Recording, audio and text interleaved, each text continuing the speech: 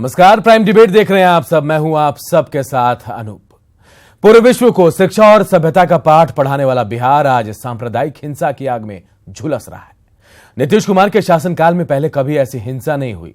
दंगाइयों से सख्ती से निपटने की सरकार की कोशिश भी हो रही है और हालात शायद धीरे धीरे सामान्य भी हो रहे हैं। लेकिन इन सब के बीच बिहार के औरंगाबाद में हुए हिंसा के मुख्य आरोपी अनिल सिंह के पुलिस कस्टडी से फरार होने के मामले ने सरकारी कोशिश को जोरदार झटका दिया है। सवाल उठने लगे हैं कि औरंगाबाद हिंसा का मुख्य आरोपी पुलिस के कस्टडी से आखिर कैसे फरार हो गया। क्या पुलिस इस मामले को गंभीरता से नहीं ले रही है? सवाल पुलिस की कार्यशैली पर भी और सवाल यह भी कि अनिल सिंह फरार हुआ या फिर कराया गया।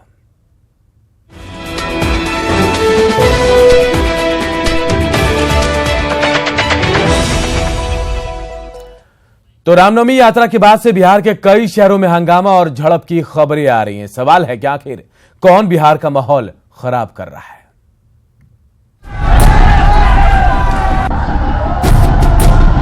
बिहार से बंगाल तक हिंसा की लहर। 15 दिन में बिहार के 6 शहरों में हिंसा। सुशासन राज पर हिंसा का बदनुमा दाग। जिस तरीके से भाजपा के लोग, आरएसएस के लोग दंगा को भड़काने का काम कर रहे हैं, बहुत ही चिंताजनक है और बड़ी स्थिति जो है नाजुक है। कौन खराब कर रहा है समाज का माहौल? धर्म के नाम पर पहले प्रदर्शन और फिर सियासत का तमाशा जारी है और फैलती चली जा रही है बिहार के शहर दर शहर हिंसा की लहर। भागलपुर से शुरू हुई हिंसा की चिंगारी कई शहरों में फैली और इस लिस्ट में अब नवादा का नाम भी शामिल हुआ है। सुशासन राज पर सवाल उठे, पुलिस ने कार्रवाई की, 1-2 आरोपी पकड़े भी गए। अनिल नाम के शख्स को पुलिस ने औरंगाबाद हिंसा मामले में गिरफ्तार किया, लेकिन वो थाने से भागने में कामयाब हो गया। हालांकि पुलिस के बड़े अधिकारी इस प्रशासनिक विफलता को तवज्जो देने के मूड में नहीं दिखते। कानून का अपना एस्टैब्लिश रूल है भाई। मैं नहीं जानता कि कौन भाग गया है, कौन आदमी है, लेकिन कानून का एस्टैब्लिश रूल है। कानून का अपना एस्टैब्लिश रूल है भाई। मैं नहीं जानता कि कौन भाग गया है, कौन आदमी है, लेकिन कानून का एस्टैब्लिश रूल है। हिंसा का एक आरोपी थाने से भाग गया तो कई आरोपी अभी तक पुलिस गिरफ्त से बाहर हैं, लेकिन जेडीयू का दावा है कि बिहार में सुशासन राज जारी है। देखिए, किसी पार्टी के नेता हों, चाहे बीजेपी के हों, जनता दल यूनाइटेड के हों, कांग्रेस के हों, राजद के हों, आपराधिक गतिविधियों में संलिप्त अगर कोई भी होगा तो उसको कभी बख्शा नहीं जाएगा। वहीं बिहार में शहर दर शहर फैलती हिंसा ने विपक्ष को सुशासन राज पर सीधे हमले की ताकत दे दी है। पहले मोहन भागवत आए हुए थे यहाँ बिहार में, 14 दिनों के लिए यहाँ आए थे। 14 दिन में यही ट्रेनिंग देके गए थे। अब लोगों को समझ में आ रहा है कि मोहन भागवत जी का बिहार में आने का एजेंडा क्या था। कई सालों बाद बिहार में खराब होता सांप्रदायिक माहौल चिंता का सबब होना चाहिए था, लेकिन ऐसे मौके पर भी सरकार और विपक्ष के बीच सियासी नूरा कुश्ती जारी है। इसके पास कुछ नहीं है, एक ही चीज है कि सद्भावना में जहर घोलो, नफरत फैलाओ और देश में चारों तरफ जो है वातावरण को बिगाड़ो। विपक्ष का दायित्व क्या बन रहा था? विपक्ष को तो इन सवालों पर सार्थक नजरिया अपनाना चाहिए था, बल्कि और बयान क्या दे रहे हैं, किस ढंग का बयान दे रहे हैं जिससे कि उन्माद की घटना बढ़ जाए। बहरहाल बंगाल से बिहार तक चाहे हिंसा की जितनी भी लपटें उठे, लेकिन इसके गुनहगार को तलाशना बेहद मुश्किल है, क्योंकि प्रशासन से लेकर समाज तक अपनी भूमिका पर आंखें मूंदे खड़ा है। औरंगाबाद से संजय कुमार की रिपोर्ट, न्यूज 18 नेटवर्क के लिए। तो अनिल सिंह की फरारी ने कई सवाल खड़े कर दिए। आखिर पुलिस कस्टडी से कैसे दंगे का आरोपी फरार हो गया? क्या ऐसी व्यवस्था से दंगाइयों पर काबू पाया जा सकता है? इन्हीं सुलगते सवालों का आज हम जवाब प्राइम डिबेट में ढूंढेंगे। हमारे साथ कुछ मेहमान हैं, उनसे तारुफ कराते हैं आपका। मृत्युंजय तिवारी हैं, आरजेडी के प्रवक्ता। मनोज लाल दास मनु जी हैं, प्रवक्ता आरएलएसपी के। दानिश रिजवान साहब हैं, प्रवक्ता हम के। सबसे पहले मैं मनोज जी के पास चलूंगा। मनोज जी, जो घटना घटी है, अनिल सिंह फरार हो गया, लेकिन यह कहा जा रहा है कि फरार कैसे हुआ, कराया गया है, क्या कहेंगे आप इस पर? देखिए, ये घटना घटी है, ये बहुत ही दुर्भाग्यपूर्ण घटना है।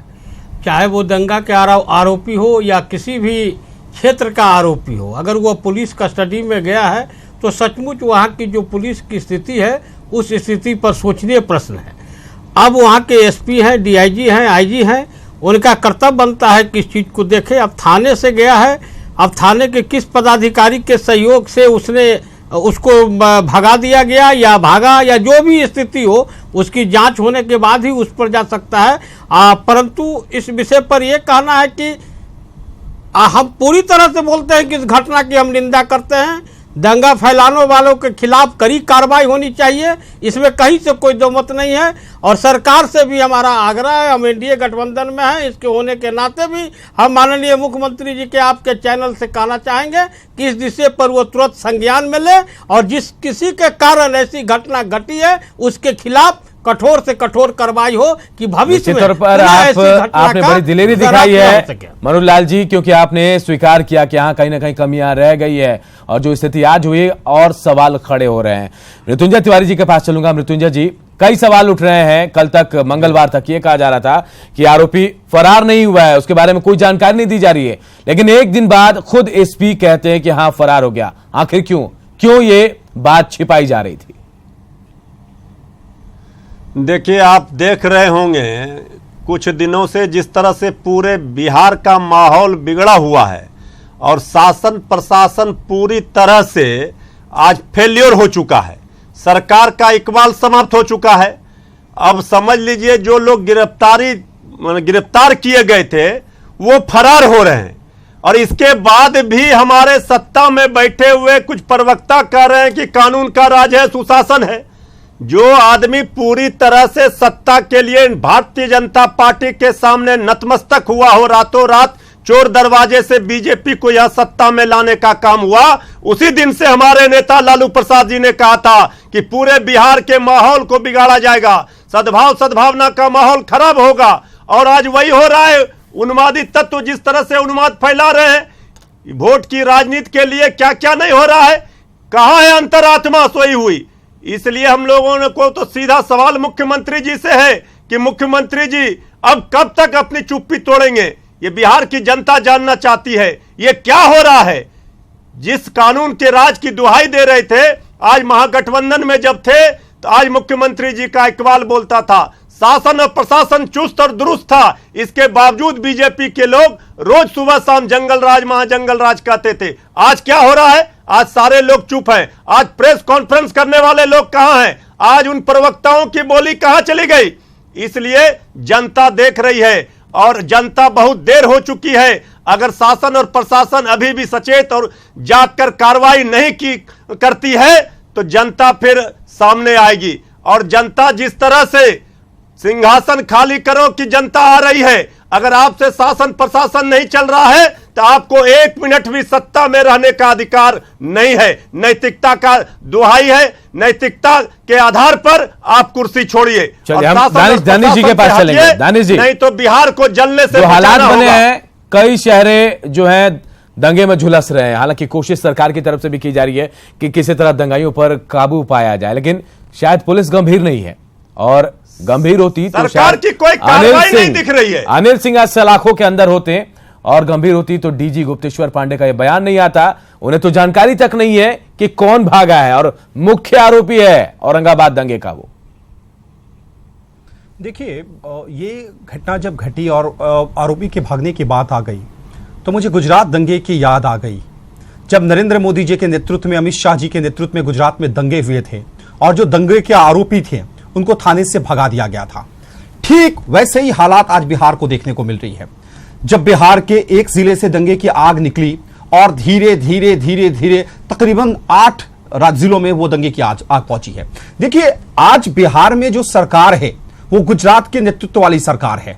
वो सरकार है जिसने गुजरात को एक प्लेटफॉर्म बनाया था कि केंद्र की सत्ता में कैसे बैठना है, किस तरीके से हिंदू और मुसलमानों के बीच में तनाव पैदा करना है, और गुजरात को प्रयोगशाला बनाने के बाद में वो देश के शीर्ष नेतृत्व पर जाकर बैठे। आज सूबे के हालात भी वही आकर बैठे हैं। आप देखिए, आज तेजस्वी जी ने एक बहुत मार्केबल बात कही है कि मोहन भागवत जी यहां 14 दिन के आकर और उन्होंने एक ट्रेनिंग दिया लोगों को कि किस तरीके से दंगों को उकसाना है। और देखिए सूबे के हालात क्या हैं। आज अजीत शाश्वत की गिरफ्तारी नहीं हो रही है एक तरफ, और दूसरी तरफ जिनकी गिरफ्तारी हुई है उनको पकड़ के ये फिर से भेज रहे हैं कि आप दूसरे जिलों में जाइए, वहां जाकर दंगा कराइए। देखिए, मैं मुख्यमंत्री जी से आपके चैनल के माध्यम से हाथ जोड़कर विनती करता हूं कि मुख्यमंत्री जी बिहार को गुजरात बनने से रोक ले दीजिए। मुख्यमंत्री जी, बिहार के लोग अमन और शांति चाहते हैं। मुख्यमंत्री जी, बिहार के लोग सद्भावना के साथ जीना जानते हैं, आप सभ्यता और संस्कृति के साथ रहे हैं। आप जो आरएसएस और संघ मुक्त भारत बनाने का सपना देख रहे थे, आज वो चकनाचूर होता दिखाई दे रहा है और देश और राज्य आज दंगों में झुलस रहा है। मानवता शर्मसार हो रही है। हिंदू मुसलमान के बीच में जो एकता थी वो खत्म हो रही है। हाथ जोड़ के मैं विनती कर रहा हूं कि मुख्यमंत्री जी अपनी नींद से बाहर निकलिए और राज्य की आम आवाम को शांति के साथ रहने दीजिए। आप अपनी अंतरात्मा को जगाइए। हम भी उम्मीद करेंगे ऐसा निर्णय लीजिए कि आप जो गुजारिश कर रहे हैं सीएम नीतीश कुमार शायद वो मुख्यमंत्री देख रहे हो टीवी शो और उन तक आपकी गुजारिश जरूर पहुंचे, लेकिन एक सुलगता सवाल पीछे रह जा रहा है। शायद विपक्ष इसका बेहतर जवाब दे पाए। सवाल यही उठ रहा है कि क्या अनिल सिंह फरार हुआ या फिर उसे फरार कराया गया? आपको क्या लगता है? देखिए, दो तीन चीजें काफी महत्वपूर्ण है। मैंने आपको कहा ना कि गुजरात के तर्ज पे बिहार सरकार चल रही है। आप गुजरात दंगों को जब उठाकर पढ़ेंगे, नहीं, आप खोलकर बोले तो ज्यादा बेहतर होगा। मैं वही कह रहा हूं कि किस तरीके से आरोपियों को पहले पुलिस ने पकड़कर लाया और सरकार के दबाव में छोड़ दिया गया। आज बिहार के मुख्यमंत्री भले ही नीतीश कुमार जी हैं, लेकिन औरंगाबाद में शासन सुशील सिंह का चलता है। उन्होंने दंगों से पहले ही बता दिया था कि अगर कुछ भी होगा तो औरंगाबाद जलेगा, और आज बिहार के मुख्यमंत्री खामोश हैं। भारतीय जनता पार्टी के सवालों का जवाब लूंगा, मैं आपके सवालों का जवाब लूंगा। सीपी ठाकुर सांसद साहब बीजेपी के हमारे साथ जुड़ गए हैं। स्वागत है सीपी ठाकुर साहब आपका। सवाल सुलगता हुआ है और आज जो अनिल सिंह के फरारी की जो बात आई है, यही सवाल मैं आपसे ही पूछना चाहूंगा। आरोप लग रहे हैं कि फरार नहीं हुआ अनिल सिंह, फरार किया गया है। सबसे पहले आपकी प्रतिक्रिया जानना चाहूंगा।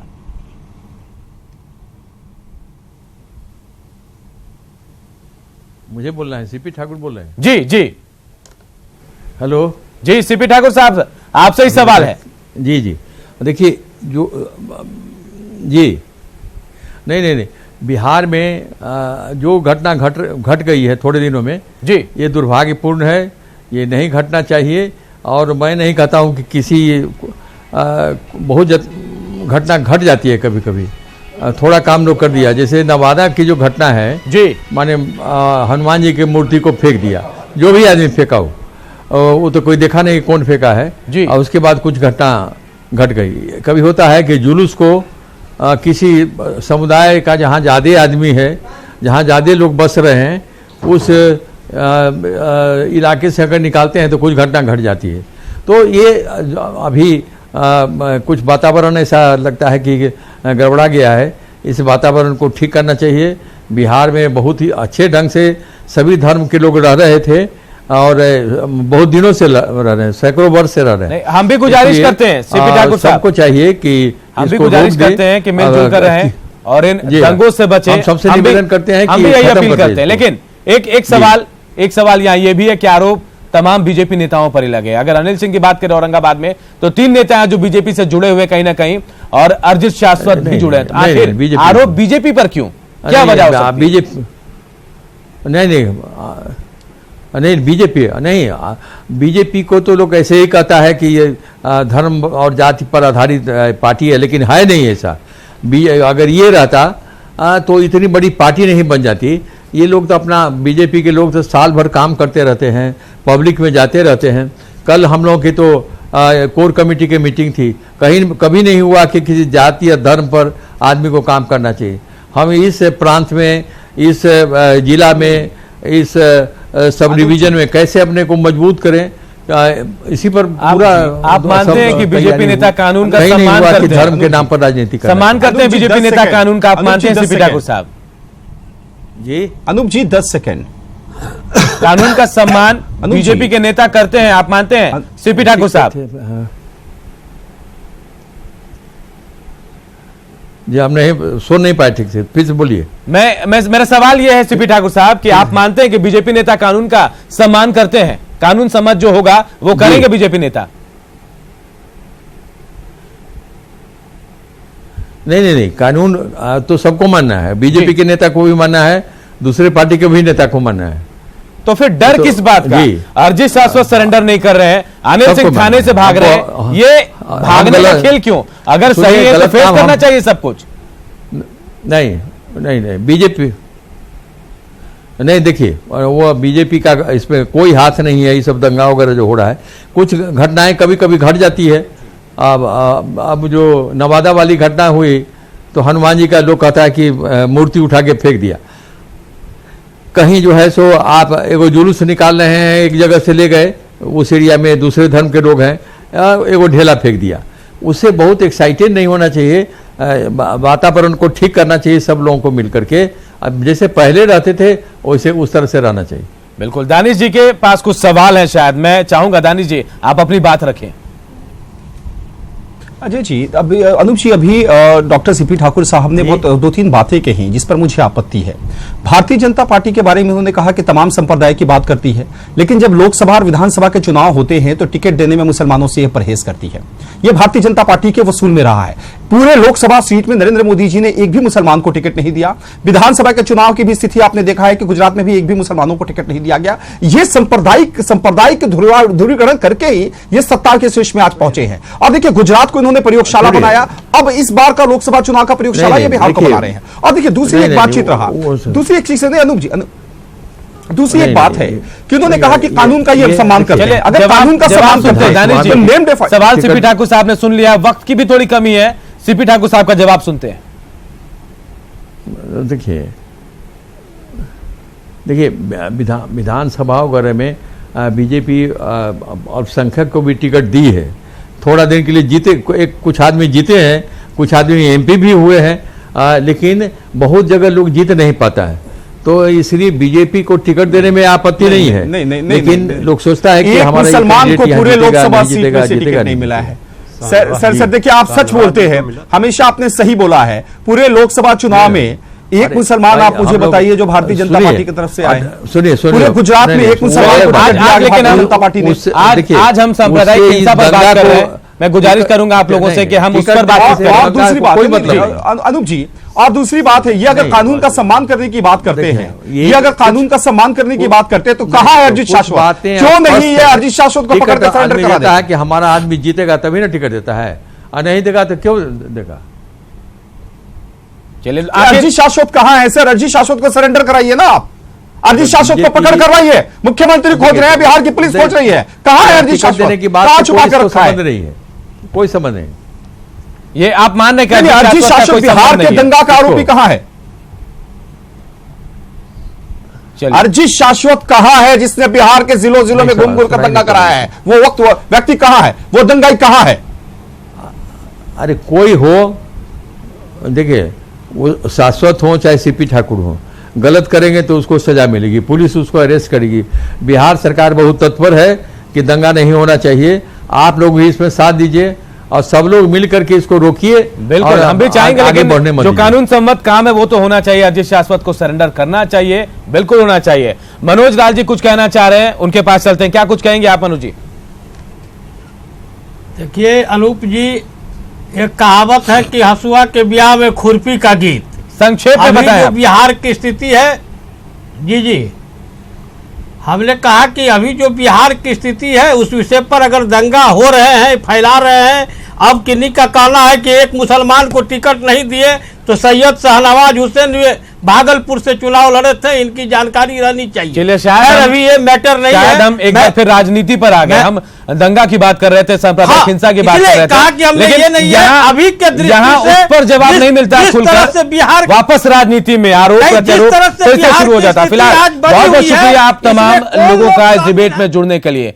न्यूज 18 बिहार झारखंड भी आप लोगों से अपील करता है कि आपसी भाईचारे में ही सबका भला है, अफवाहों पर आप लोग ध्यान ना दें, शांति बनाए रखें, नफरत फैलाने वालों से बचकर रहें। शांति में ही एकता और विकास है। चंद गलत लोगों के चक्कर में भाईचारा मत गंवाएं। आपसे गुस्से का कोई और फायदा उठा सकता है।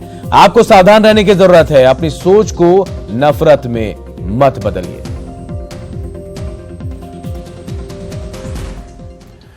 और प्राइम डिबेट में फिलहाल इतना ही। मुझे दीजिए इजाजत। नमस्कार।